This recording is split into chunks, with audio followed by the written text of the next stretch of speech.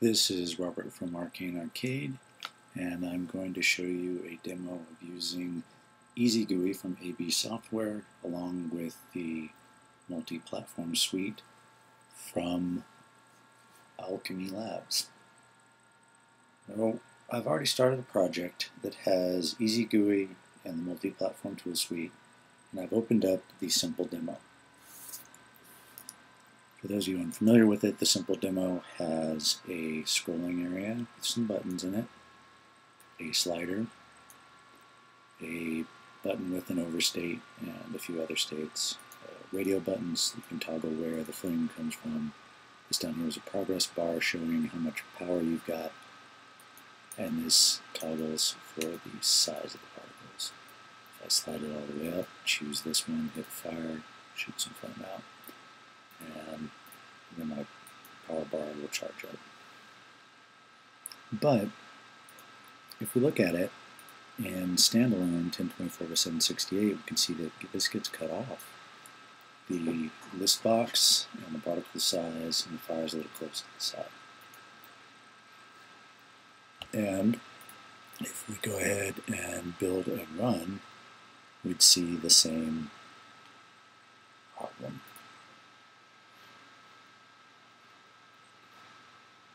If I have time, I'll cut this section out for the magic of editing. So we're on a window 1024x768. We'll see it's cut off. Everything's functional, but we're losing a little screen real estate because of the size. And this is where the multi-platform toolkit comes in. I'm going to create a copy so that if I have to start over, I won't have to make all the changes again. Alright, so first we're going to want to look at moving this entire list box area over. And hunting it down, we can see that it has actually two of these components under here. And to make things a little easier, I'm going to put them under one parent. Create a new empty game object. I'll call it list container. Move that down here. Slide it over so that it's in the same general area. Move the list frame, and the scroll list is children. Then to that, I will add the multi-platform platform specifics scripts, and that's where we can edit restricted platforms, materials, local scale, and what we're interested in is the local position per platform. I'll add a bunch of the default entries, and it's pretty much where I want it to be now. So I'm going to go ahead and get those default entries, and that was just to be sure that they were gotten. Then I'll rescale it. As we can see, it works fine for iPhones 3x2. Doesn't look so good for iPads 4x3. Looks the same on standalones 1024x768. So what I'll do is scoot it over so it's fully on the screen. And I'll get that for standalone and for the iPad. And using one of these older ones, I'll put it back to where it was. Then to test it, we can bring up the Multi-Platform Toolkit's Easy Platform docket. Choose what we want to see. I'll choose standalone. Hit play. It gets moved over and is still all functional. But if I went ahead and build and run, what we're going to do is see that the standard build isn't going to work. We're going to use the multi-platform toolkits build, but just to prove it. Hit play. It's still all slid over on its side. So we open up the multi-platform toolkit, dig down into the editor scripts, build scripts, platform build process. There's some locations marked change me, which we want to change to load up our scenes.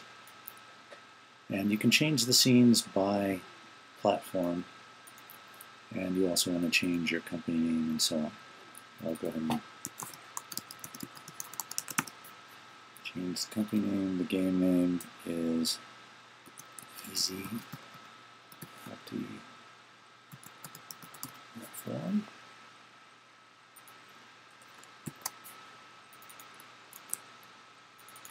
Change boundary.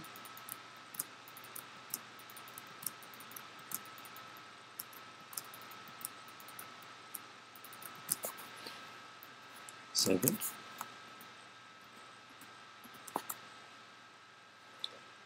Gives you a little quick tour of my desktop. Come back here and go to the Multi-Platform Toolkit. And I did forget one more thing. Forgot to change the actual script to run. I don't know which scenes to load. I want to reveal this in the Finder. Get the path by looking at info.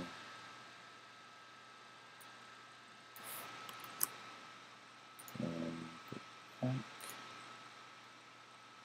Change this to demo.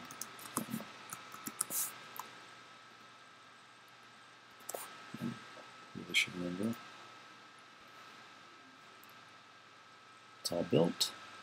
I'm going to go to the Multi-Platform Toolkit, build, and build the Mac Intel version. Makes a copy of the scene and makes all the platform-specific changes that we made, which is one for now.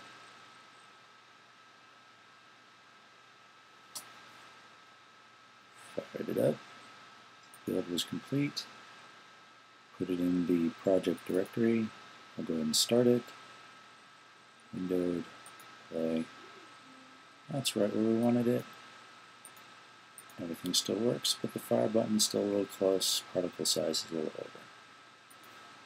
And then we're going to do one more thing. I'll just move, we could move the particle size over the exact same way as we did the emission, right? But for the fire button, I'm going to rescale it based on the aspect ratio. So, aspect ratio is 4:3, and it's a little big.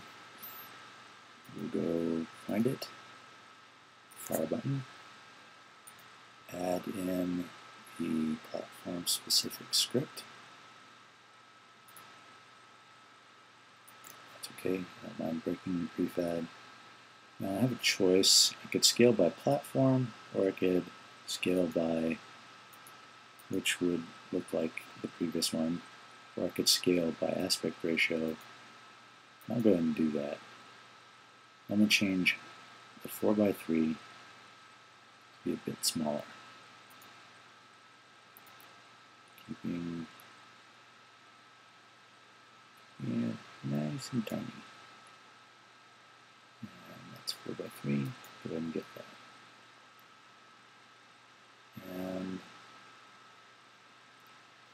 I'll restore the previous ones.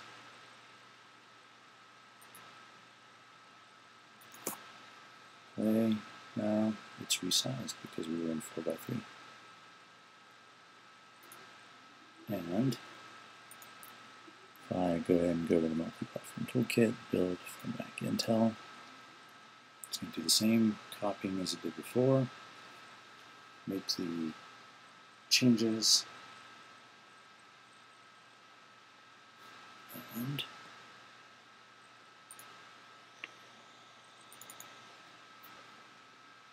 convertible 768 go.